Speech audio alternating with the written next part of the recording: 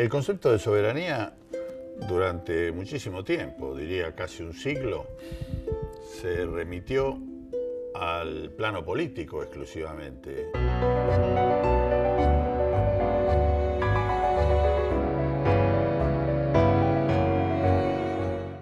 En los últimos años, y de manera casi vertiginosa, se abrió el concepto.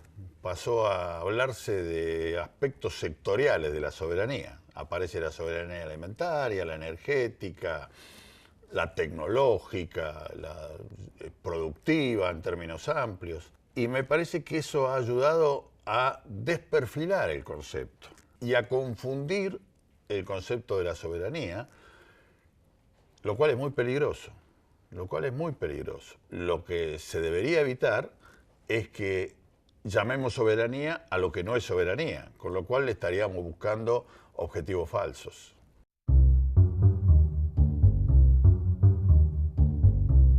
Si vamos al plano alimenticio, un país que exporta alimentos a través de corporaciones multinacionales, que para aumentar la productividad depende de semillas foráneas, que está discutiendo y hasta en el borde de promover una ley de semillas que le da una protección especial a desarrolladores genéticos extranjeros, ¿por qué puede calificarse de soberano?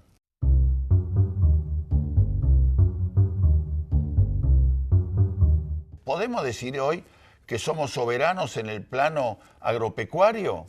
Me parece que definitivamente no. Si ni siquiera sabemos a qué precio se exportan los granos, porque el grueso de los granos se exportan a lugares que no son el destino final.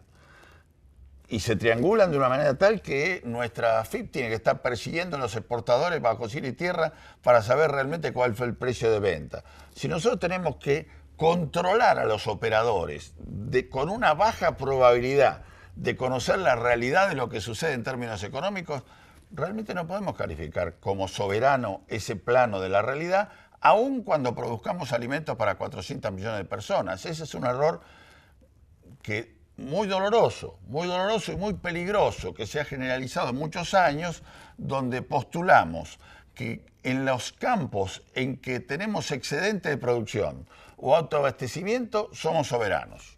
Hemos confundido la soberanía energética con el autoabastecimiento energético. Y no son la misma cosa, de ninguna manera son la misma cosa.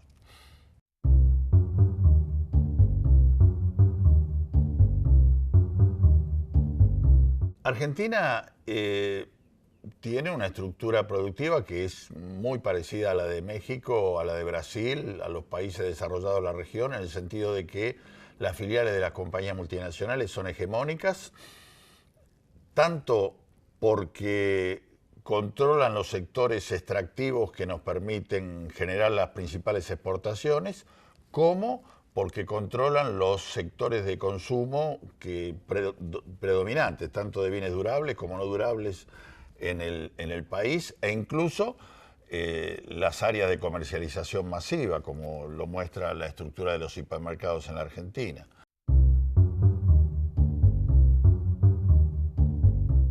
Esa situación tiene que modificarse, pero no a través de las lógicas más o menos simplistas del desapoderamiento de las multinacionales y el traslado a empresas del Estado o a grandes empresas nacionales.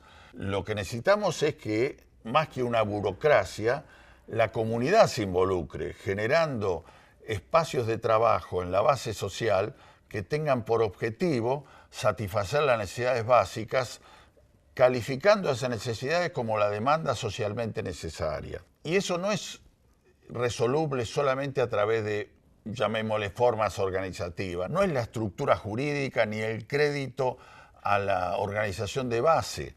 Es la discusión del rol que esa producción cumple en la sociedad y cómo se debe administrar a través de distintos sistemas comunitarios donde el Estado sea apoyo de las organizaciones populares que se dediquen a producir alimentos, a distribuirlos, consumidores que entiendan que eso es mucho más importante que lo que hoy vienen haciendo como forma de abastecerse.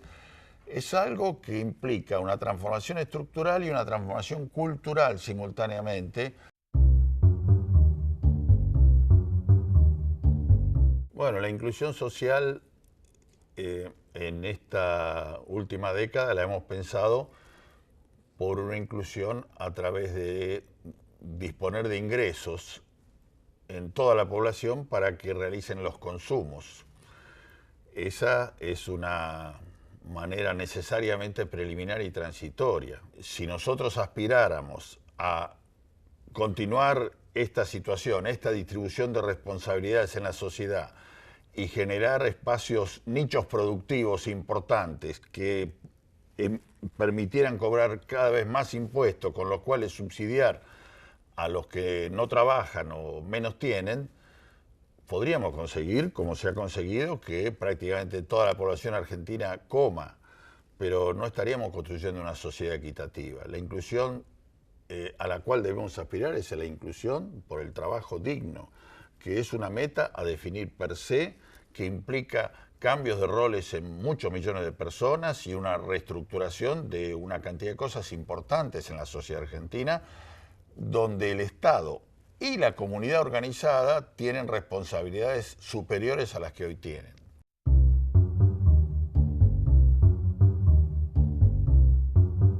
Conseguir un ciclo largo, partiendo de la macrodevaluación del 2002, que permitió que no solo se recuperara el salario de los trabajadores formales, sino que además la asistencia a los excluidos fuera la mayor por lejos de toda la historia, no es un éxito a descartar ni a minimizar.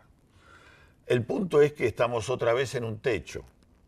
Y ese techo no se resuelve con más paritarias, sino se resuelve con paritarias que comiencen a ocuparse de los salarios, de los precios y de la distribución del aumento de la productividad.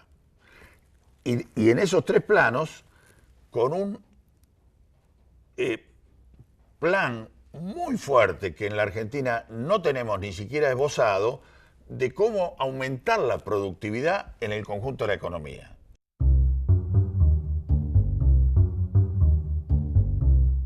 Estructuralmente, la única posibilidad de aumentar la productividad relativa y por lo tanto aumentar los salarios reales es que nosotros nos ocupemos de eso, no las multinacionales, que no les importa.